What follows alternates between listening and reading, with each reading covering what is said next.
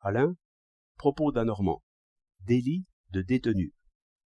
Tout récemment, au conseil de guerre, il arriva qu'un détenu qui paraissait comme témoin lança son képi au visage du colonel en proférant des injures. Et bien loin de s'excuser ensuite, il voulut recommencer. À la suite de quoi, il fut sur-le-champ condamné à mort. N'importe qui soupçonne plus d'une absurdité dans cette suite d'événements, et les juges eux-mêmes ne sont pas sans doute bien contents de ce qu'ils ont dû faire là, conformément à la loi et aux usages. Je ne veux point parler de ce jugement rendu par ceux-là même qui sont en cause. Il est très vrai qu'on ne devrait jamais être juge et partie. Mais je suis bien sûr que ces insultes et ces menaces, venant d'un prisonnier, n'ont pas vivement ému les chefs. Bien sûr aussi que d'autres chefs hors de cause auraient condamné tout aussi sévèrement. Ce que je veux considérer, c'est la nature même du délit ou du crime, comme on voudra dire. Il me semble que dans ce cas, il n'y a réellement ni crime ni délit. Pourquoi ? Parce que c'est un détenu qui agit. Un détenu, c'est-à-dire un homme qui est mis provisoirement hors de la société.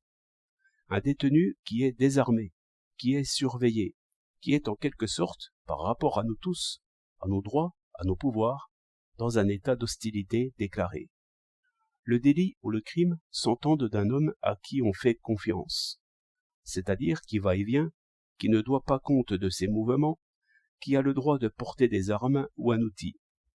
La punition, surtout quand c'est une punition sévère pour une manifestation seulement, la punition est le corrélatif de la confiance. Et toute punition est au fond un acte de défiance principalement. J'emprisonne un homme, c'est qu'il est dangereux, c'est que je ne veux plus de lui comme citoyen. Lui, à l'égard de ces mesures de contrainte, retrouve alors ce que quelques-uns appellent le droit naturel, c'est-à-dire le droit de faire tout ce qu'il peut faire. On peut l'empêcher d'agir, mais où prend-on le droit de le blâmer ? On le tient, il n'agit plus comme citoyen, mais comme ennemi. Et, comme la force publique peut alors le maintenir par tout moyen, aussi a-t-il le droit en quelque sorte de s'enfuir par tout moyen. S'évader, ce n'est pas un délit. Aucun contrat n'est en effet violé par là. On se moquerait si quelqu'un disait que le prisonnier qui s'enfuit méconnaît ses devoirs envers son geôlier. Par le même raisonnement, il n'y a plus pour un détenu de devoirs d'aucune sorte. Il subit seulement des contraintes, et, par exemple, l'on n'avait qu'à empêcher cet homme de frapper et d'injurier, ce que du reste on a certainement fait.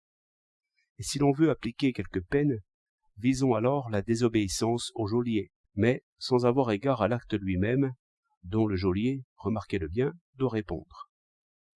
Cette théorie mettrait les juges à l'aise et supprimerait bientôt les délits de ce genre. 5 décembre 1911.